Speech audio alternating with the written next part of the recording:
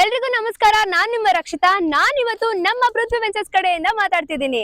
ಪೃಥ್ವಿ ventures ಅವರು ಈಗಾಗಲೇ ಸಾಕಷ್ಟು ಲೇಔಟ್ಸ್ ಗಳನ್ನ ಕಂಪ್ಲೀಟ್ ಮಾಡಿದ್ದಾರೆ ಸಕ್ಸಸ್ಫುಲ್ ಆಗಿ. ಸಾಕಷ್ಟು ವರ್ಷಗಳಿಂದ ಪೃಥ್ವಿ ವೆಂಚರ್ಸ್ ಅವರು ಇದ್ದಾರೆ. ಹಾಗೆ ಈ ಸಲ ಇನ್ನೊಂದು ಹೊಸ ಲೇಔಟ್ ನ ಮಾಡಿದ್ದಾರೆ. ಇದು ಬಂದ್ಬಿಟ್ಟು BM ಮಾಡಿ ಅಪ್ರೂವ್ ಆಗಿರೋಂತ ಇಂಡಿವಿಜುವಲ್ ಖಾತಾ ಇರುವಂತ ಸೈಟ್ಸ್. ಇನ್ನು ಕನೆಕ್ಟಿವಿಟಿ ಅಂತ ಬಂದ್ರೆ ದೊಡ್ಡಾಲ್ಮರದಿಂದ ಕೇವಲ 1.5 ಕಿಲೋಮೀಟರ್, ಹಾಗೆ ಮಾಗಡಿ ಮೇನ್ ರೋಡ್ ಇಂದ ಜಸ್ಟ್ 3 ಇಂದ 4 ಕಿಲೋಮೀಟರ್ಸ್ ಆಗುತ್ತೆ. ಇನ್ನು ತಾವರೆಕೆರೆ ಹಾಗೆ ನೈಸ್ ರೋಡ್ ಕೂಡ ಹತ್ರದಲ್ಲಿದೆ.